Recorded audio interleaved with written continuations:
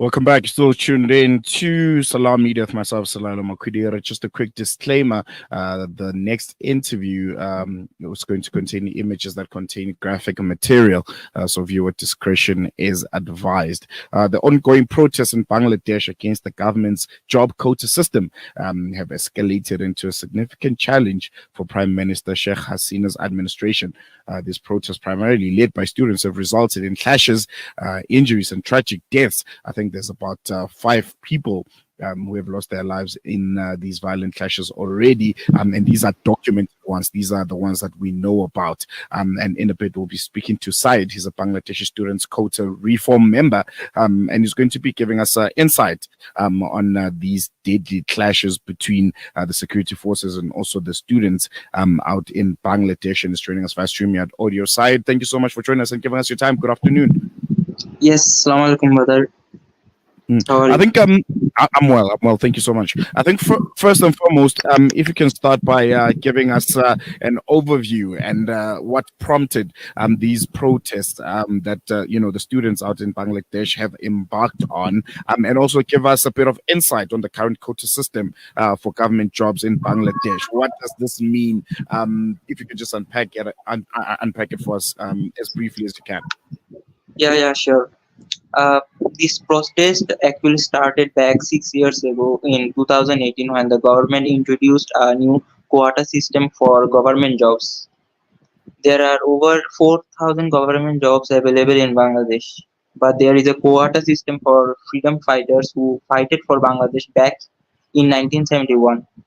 There is a 30% reservation for them only, and there is a 10% for women as well, and there are 10% for underprivileged persons. These Mm, 50% were, just given out to them for government jobs. So basically, what happened was that many students didn't like this and went to protest in 2018.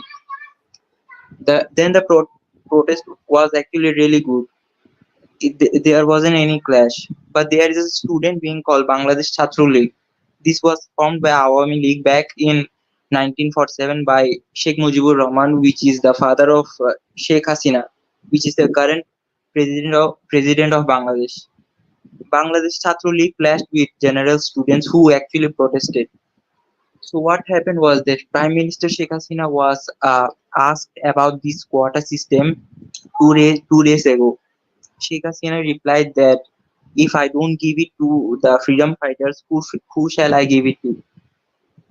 Sheikh Hasina mm, said that I should only give it to the freedom fighters, not the anti-nationalists. So Sheikh Hasina actually dubbed the whole of Bangladesh who aren't freedom fighters. She dubbed that we are an anti-nationalist. So what happened was the whole Bangladesh were outraged at this statement. They said that we are not anti-nationalist, we are not anti-nationalist. The next day, what happened was all the university students, all the public university students went to streets to protest out this. And Bangladesh Chhatru League, as I mentioned, Bangladesh Chhatru League consists of university students as well. What happened mm. was Bangladesh Chhatru League and the general students who demanded the quota clashed with each other. This all started in Dhaka University, which is the top university in Bangladesh, which is situated in Dhaka itself. Dhaka Mm. University clashed, over 20 plus injuries happened. No one died that day though. The next day is the brutal day of Bangladesh. Six persons died. The next day the college students also went to protest. The school students also went to the protest the next day after the PM statement. They were absolutely outraged, and many clashes happened. Six dead. One was dead in Dhaka, which was a college student. Two dead in Chattogram. One dead in Rangpur. That one dead in Rangpur was done by actually police. The police used a shotgun, which was unprovoked for, and the whole country became a mess.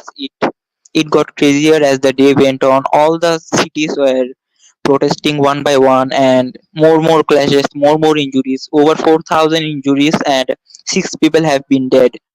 And this mm, is mm, only by the media reports. I can conclude that over 30 people have died just this day. The media aren't reporting this. The mm, government of mm, Bangladesh doesn't want to, say it out loud how many people died, because it will, international outrage will come upon.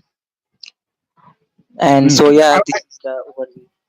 Yeah, I want to focus a bit on that fact that you mentioned that these protests also happened about 6 years ago, and that they were not as violent, or the scale of violence was not as high as we're seeing right now.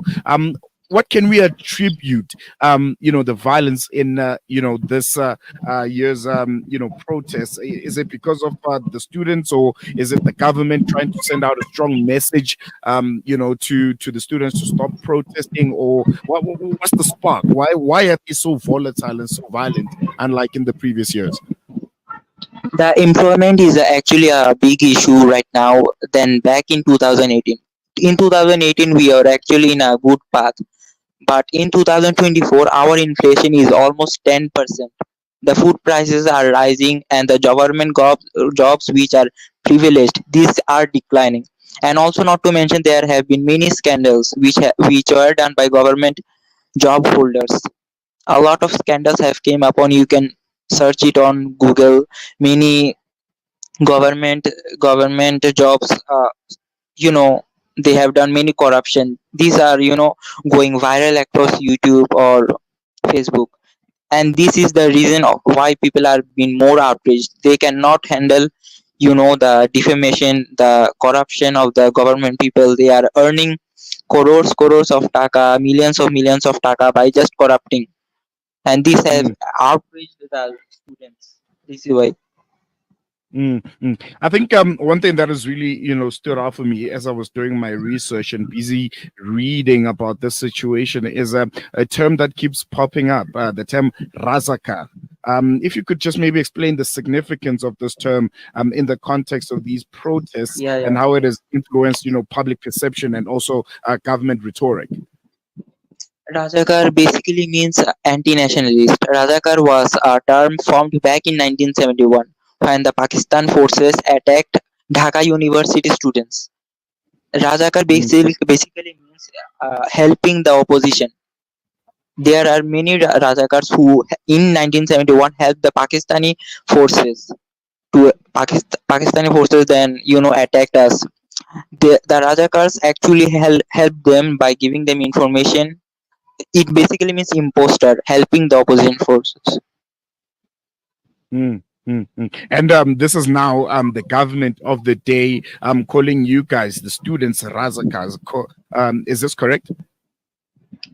No, no, the government didn't call us Rajakars. The Sheikh Hasina actually said that if I don't give the quotas to freedom fighters, who shall I give it to? Should I give it to Rajakars? The people Mm, then, said that indirectly Sheikh Hasina actually called us Rajakars. This is why people have been outraged that we are not Rajakars, saying by this. Yep. mm, mm. I I want us think to it's touch on. All right. I think it's I, miscommunication on that part. all People right. have been miscommunicated. Yeah. All right. I want to touch a bit on the specific demands that the anti-quota protesters and the students are making, and just how feasible do you think these demands are to be met by the government? Actually, in 2018, Prime Minister Sheikh Hasina actually proposed to remove the quota system. But then the court and the Awami League, her own political party, didn't agree with this. Now, 6 years later, the Sheikh Hasina actually agrees the quota system should stay on. Now, the court and the quota protesters are arguing that they remove the 30% freedom fighters quota and 10% women quota. The women themselves don't want this quota because it is hampering their progress. They are saying that women aren't behind boys anymore, they are ahead. Mm, And just lastly, before I let you go, there's so much happening in Bangladesh right now. Universities are being closed. It's almost looking like the country is being run through martial law. What's the latest that you can give us right now? Have the protests subsided? Has the government Yeah, came yeah. out? to give any kind of feedback when it comes to I don't know, trying to mitigate and trying to look at this quota system and finding a way around it that can please everyone so that the country can go back to some sense of normalcy? Yeah, the government actually closed off all the schools, all the colleges, and all the universities just last night. They actually have told strictly upon the university students to leave their campus. They are actually hiring Bangladesh border guard to openly evacuate all the university students absolutely strictly. They have invited police, they have invited army, and so on. They don't want anyone to stay in universities. The university page you can go on, check on Facebook. They have claimed that they won't leave the university campus at any cost. The students have said that they will stay in university halls. The Jahangirnagar University, they have been told to evacuate by 4 p.m., which is now almost. The border guard police have already came. They are very strictly beating up students so that they leave their premises. The Mm. Dhaka University, which is the main university of Bangladesh, have been told to evacuate by 6 p.m. Bangladesh Standard Time. And the Dhaka University students also have claimed that they won't leave the university at all cost, and they have instructed their own teachers and their own administrative to leave the day off. That the teachers won't stay in their hall for today. They have absolutely closed down Dhaka University, but the Dhaka students don't want to leave their own university. Yeah. Mm. And the government, have they came out with any kind of statement? The Prime Minister Sheikh Hasina, has he said anything regarding this issue to try and mitigate it, calling for calm, anything that might resemble the government trying to restore some sense of normalcy, as I mentioned, in the country? The Prime Minister has absolutely been quiet. She hasn't said anything, but her Awami League people have said, Awami League, leaders have said that they want to sit with the student protesters and discuss about this issue. But the PM hasn't said anything as of yet. All right. I think we're going to leave it there. So thank you so much for giving us your time and giving us a glimpse Yeah, of sure. what's currently going on in Bangladesh. I'm sure as the situation continues to unfold, we'll be catching up with you, but we're going to leave it here for now. Yeah, bye. So, There you have it there. There was a side from the Bangladeshi Students Quota Reform. yes. Hey, I'm seeing something that's sort of a pattern. I'm not sure if you've been following what has been happening in Kenya in the last few weeks. Young people, university students, Gen Zs, picking up arms, revolting against the government. Now in Bangladesh, who knows where else it might happen. Really interesting times we live in. The people, the young people, seem to be taking back their power and, trying to show the government that you are the ones that actually work for us. Our demands will be met. And if Kenya has anything to go by it, then the Prime Minister of Bangladesh should be concerned because the situation is seemingly getting out of hand. We're going to leave it here for now. Keep it tuned to Salam Media as we bring you the latest news and updates from all across the world. But from myself and the rest of the team is goodbye for now.